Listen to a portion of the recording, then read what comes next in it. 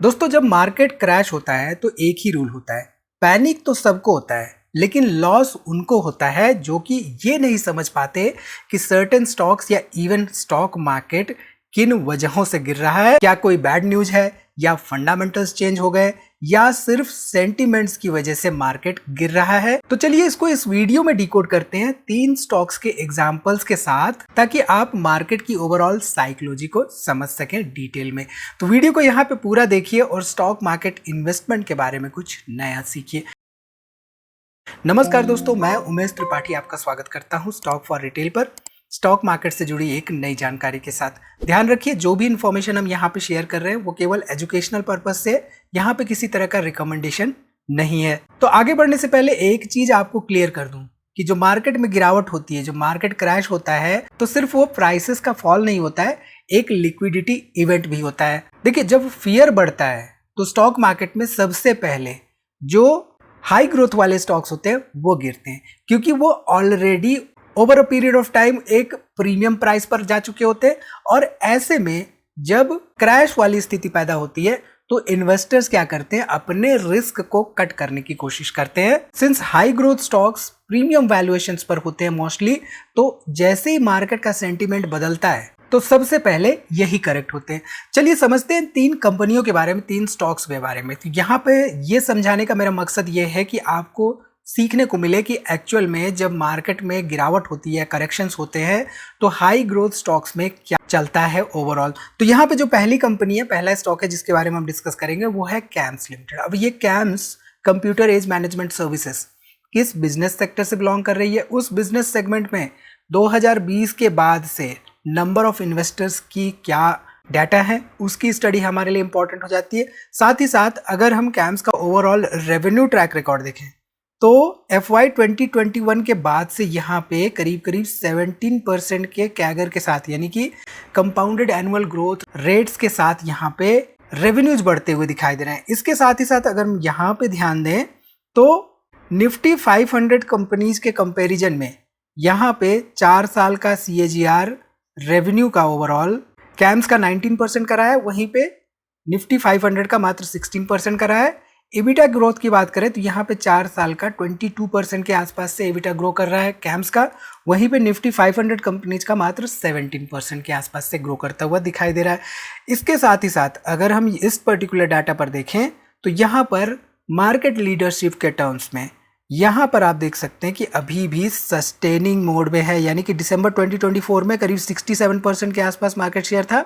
Currently देखें तो यहाँ पे 67.5% के आसपास मार्केट शेयर देखने को मिल रहा है in terms of overall asset under management and in terms of overall equity based asset under management यहाँ पे 66.4% के आसपास मार्केट शेयर देखने को मिल रहा है। तो हम ये जानते हैं कि जो कैम्स है म्यूचुअल फंड इकोसिस्टम का एक क्रिटिकल प्लेयर है, बट जब करेक्शन होती है तो उसके पीछे सर्टेन रीजंस होते हैं। यहाँ पे अगर हम ध्यान दें तो म्यूचुअल फंड्स में इनफ्लोज में थोड़ी सी कमी आई है, और साथ ही साथ जो म्यूचुअल फंड का स्टॉपेज रेशियो है पिछले 4-5 सालों में सबसे ज़्यादा देखा गया है।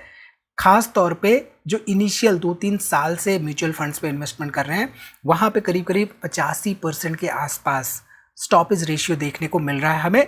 सो ऑल इन ऑल जो कैम्स का ओवरऑल इकोसिस्टम है, उस इकोसिस्टम के तहत मार्केट जब करेक्ट होता है तो वहां पर मार्केट के ओवरऑल सेंटीमेंट के साथ ही साथ म्यूचुअल फंड की इंडस्ट्री की जो साइकिल होती है उससे भी लिंक रहता है।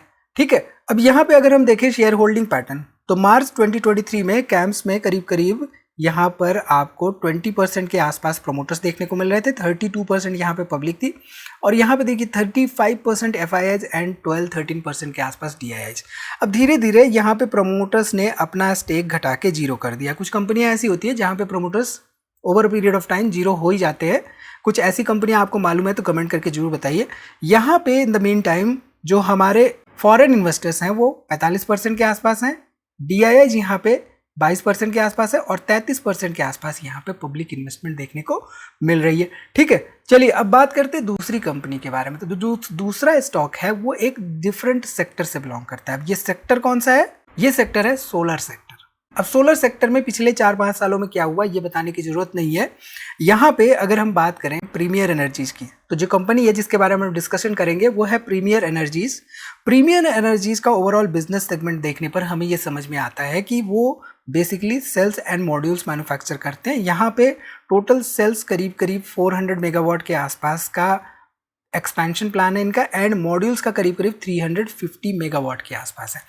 अब इनके ऑर्डर बुक पे ध्यान दें तो करीब करीब 9413 मेगावाट के आसपास का ऑर्डर बुक इनके पास है, एंड 1,37,235 मिलियन रुपीस के आसपास का ओवरऑल ऑर्डर बुक है बाई वर्थ। यहाँ पे जो भी ये ऑर्डर बुक है वो डोमेस्टिक मार्केट से है, यानी कि ट्रम्प साहब अगर कुछ भी इधर उधर करते हैं टैरिफ से रिलेटेड तो ज़्यादा इम्पैक्ट ऐसे केसेस में नहीं पड़ता। हालांकि जब मार्केट सेंटीमेंट ओवरऑल नेगेटिव हो जाता है तो किसी भी तरह की कंपनी हो वहाँ पर सेंटीमेंट्स मोस्टली नेगेटिव देखने को मिलते हैं। ठीक है, इनके फाइनेंशियल्स देखें रिसेंट के तो रेवेन्यू करीब करीब 19,600 मिलियन के आसपास है, एबिटा यहाँ पे 6,200 के आसपास है, प्रॉफिट आफ्टर टैक्स यहाँ पे करीब करीब 3,900 इंडियन मिलियन रुपीज़ है, ये करोड़ में नहीं है।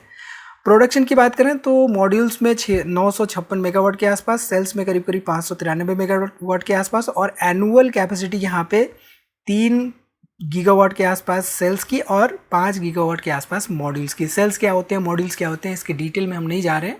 हमने पहले की वीडियोस में भी डिस्कस कर रखे हैं कि कैसे इनका इस्तेमाल होता है सोलर इंडस्ट्री में। एंड ओवरऑल ऑर्डर बुक की यहाँ पे जहाँ तक बात करें तो करीब करीब 9 गीगावाट के आसपास ऑर्डर बुक है, एंड जो कि हमने देखा 137 बिलियन भारतीय रुपीस के आसपास ये टोटल होती है। तो ऐसे में क्रैश या करेक्शन के फेज में ऐसी कंपनियों में कुछ इंपॉर्टेंट ट्रिगर्स होते हैं। अब यहाँ पे ट्रिगर्स क्या हो सकते हैं, रिन्यूएबल सेक्टर की ओवरऑल वोलेटिलिटी। हमने देखा है कि रिन्यूएबल एनर्जी सेक्टर में पिछले 2-3 सालों में इनफैक्ट बहुत ज़्यादा वोलेटिलिटी देखी गई है, एंड ऐसे में क्रैश में खासतौर पर सेक्टर वाइड वोलेटिलिटी हमें देखने को मिलती है, इवन स्पेसिफिक स्टॉक्स में भी। ठीक है, इसके साथ ही साथ सिंस ये ऐसे फेज में जहां पे ग्रोथ हम देख रहे हैं, इसमें खास तौर पे कैपिटल एक्सपेंडिचर्स भी देखने को मिलते हैं, यानी कि कैपेक्स के दौर में खास तौर पे कंपनियां ऐसे सेक्टर से जिनमें की एक्सपेंशन हो रहा हो या ग्रोथ हो रहा हो वो इंटरेस्ट रेट्स के खास तौर पे मूवमेंट पर सेंसिटिव हो जाती हैं। ठीक है, तो ऐसे sectors mostly macro economic factors पर भी बहुत ज़्यादा डिपेंडेंट करते हैं, एंड यहाँ पर सेक्टर स्पेसिफिक साइकिल भी मैटर करता है। तो ऐसी कंपनियों की जब एनालिसिस कर रहे हो तो वहाँ पे अगेंस्ट पीयर्स कंपैरिजन करना इंपॉर्टेंट हो जाता है। तो आप लोग कंपेयर करिए और कमेंट सेक्शन में कंपेयर करके बताइए कि कौन कौन सी कंपनियाँ हैं जो इस सेक्टर से बिलोंग कर रही हैं और उनके पीज वगैरह कैसे हैं, उनकी वैल्यूएशंस कैसे हैं। ठीक, अब यहाँ पे अगर हम प्रीमियर एनर्जीज के ओवरऑल शेयर होल्डिंग पैटर्न देखें तो सितंबर 2024 में 64% प्रोमोटर्स थे, यहाँ पे पब्लिक 25% थी, और यहाँ पे करीब करीब 10% के आसपास हमारे FIIs एंड DIs देखने को मिल रहे थे। अब देखिए यहाँ पे धीरे धीरे क्या हो रहा है, 63-64% के आसपास प्रोमोटर्स हैं, 18% पब्लिक है, और यहाँ पे करीब करीब 17% के आसपास हमें FIIs एंड DIs देखने को मिल रहे हैं। तो धीरे धीरे हम क्या देख रहे हैं कि नंबर ऑफ शेयर होल्डर्स यहाँ पे कम हो रहे हैं, बट FIIs एंड DIs का आंकड़ा बढ़ता हुआ दिखाई दे रहा है पिछले कुछ क्वार्टर्स में इनफैक्ट। हालांकि सितंबर 2025 के बाद से थोड़ी सी DIs ने यहाँ पे सेलिंग की है। ठीक, चलिए अब यहाँ पे बात करते हैं अगली इंडस्ट्री के बारे में। अब अगला जो सेक्टर का स्टॉक है वो सेक्टर है इंफॉर्मेशन टेक्नोलॉजी का सेक्टर। अब इंफॉर्मेशन टेक्नोलॉजी की कंपनी होने के साथ हमने रिसेंटली कवर किया था अपनी वीडियोस में कि IT स्टॉक्स में कैसे गिरावट हो रही है, तो वहाँ पे गिरावट क्यों हो रही है वो स्टडी करना हमारे लिए इंपॉर्टेंट हो जाता है। साथ ही साथ बिजनेस वाइड यानी कि कंपनी स्पेसिफिक स्टडी हमारे लिए इंपॉर्टेंट हो जाता है। क्या कहीं जो सॉफ्टवेयर एज ए सर्विस होती हैं कंपनियाँ जो बेसिकली उस पर काम करती हैं SaaS, और जो रिसेंटली हमने एंथ्रोपिक क्लाउड के कुछ अपडेट्स देखे थे उसके बाद से जो एक तरह से IT सेक्टर में पैनिक देखने को मिला, क्या उस पर्टिकुलर कंपनी की जिसकी हम एनालिसिस करने हैं उस पर्टिकुलर कंपनी पे SaaS की डिपेंडेंसी बहुत ज़्यादा तो नहीं है, उनके ज़्यादा रेवेन्यूज़ कहीं SaaS रिलेटेड प्रोजेक्ट से तो नहीं आते, और इसके साथ ही साथ ये देखना हमारे लिए इंपॉर्टेंट हो जाता है कि वो जिस बिजनेस सेगमेंट में काम काज कर रही है कंपनी उस बिजनेस सेगमेंट में करंटली क्या साइकिल चल रही है। तो यहाँ पे जिस कंपनी के बारे में हम बात करें वो है KPIT टेक लिमिटेड। अब ये KPIT टेक लिमिटेड का बिजनेस सेगमेंट क्या है, जो काम कर रही है ऑटो सेक्टर के साथ अलाइंड है या नहीं, ये स्टडी करना हमारे लिए इंपॉर्टेंट हो जाता है। सो ये मोस्टली मोबिलिटी टेक कंपनी कहलाती है, एंड मोर ओवर 3 फैक्टर्स पर डिपेंड करती है, खासतौर पे स्टॉक मार्केट क्रैश या करेक्शन के सिचुएशन में। पहला तो यहाँ पे ऑब्वियसली जब टेक ड्रिवन कंपनियों में वीकनेस देखने को मिलती है तो ऐसी कंपनियों में भी हमें वीकनेस देखने को मिलती है। एंड इसके साथ ही साथ हाई फ्यूचर ग्रोथ वैल्यूएशंस पर भी डिपेंड रहता है इसका ओवरऑल सेंटिमेंट्स। इसके साथ ही साथ इलेक्ट्रिक व्हीकल सेगमेंट के स्लो डाउन्स के केस में या ओवरऑल ग्लोबल क्लाइंट्स से नए ऑर्डर्स ना मिल पाने के केस में क्रैश एम्पलीफाई हो जाता है। अब यहाँ पे ऐसे में हम KPIT टेक का देखें तो आप देख सकते हैं कि ईयर ऑन ईयर ग्रोथ 9% का यहाँ पे Q3 FY 2026 जो कि रिसेंटली इसका क्वार्टर रिजल्ट्स आए वो देखने को मिल रहा है। लेकिन अगर हम ध्यान दें तो क्वार्टर ऑन क्वार्टर रेवेन्यू में केवल 1.9% की ग्रोथ ये रिकॉर्ड कर रहे हैं। साथ ही साथ प्रॉफिट की बात करें तो EBITDA में करीब करीब 6.8% का ईयर ऑन ईयर ग्रोथ है।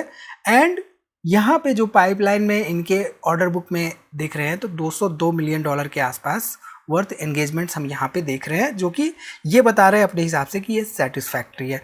ठीक, इसके साथ ही साथ यहाँ पे अगर हम देखें तो जो इनका सेक्टर है, खासतौर पे टेक ड्रिवन मोबिलिटी सेगमेंट है जो, उसमें OEMs के लिए क्या चैलेंजेस है ये मेंशन कर रहे हैं। यहाँ पे सिंपल सा है कि मार्केट में नए एंट्रेंट्स आने की वजह से यहाँ पे थोड़ा सा प्रेशर रहता है ऐसी कंपनियों में। साथ ही साथ मैक्रो इकोनॉमिक फैक्टर्स बहुत इंपॉर्टेंट होते हैं ऐसी कंपनियों के लिए। एंड आर्टिफिशियल इंटेलिजेंस का टेक्नोलॉजी डिस्ट्रप्शन के केस में यहाँ पे इम्पोर्टेंस बढ़ जाता है। तो KPIT क्या कर रही है इसके लिए ये भी इन्होंने यहाँ पे मेंशन कर रखा है कि कैसे ये फोकस कर रहे हैं AI इन्फ्यूज्ड सॉल्यूशंस पर। ठीक है, अब यहाँ पे अगर हम लेटेस्ट रिपोर्ट्स देखें तो प्रॉफिट जो इन्होंने रिपोर्ट किया है वो compare to the last quarter यहाँ पे बहुत ही कम है, करीब करीब 28% के आसपास डाउन है यहाँ पे ईयर ऑन ईयर। एंड 21% के आसपास डाउन है क्वार्टर ऑन क्वार्टर जो इनका प्रॉफिट है। ठीक, अब यहाँ पे शेयर होल्डिंग पैटर्न अगर हम देखें तो प्रोमोटर्स मार्च 2023 में 40% के आसपास इसमें थे, 23% यहाँ पे पब्लिक थी, और यहाँ पे FIIs एंड DIs करीब करीब 23 एंड 12% के आसपास हुआ करते थे।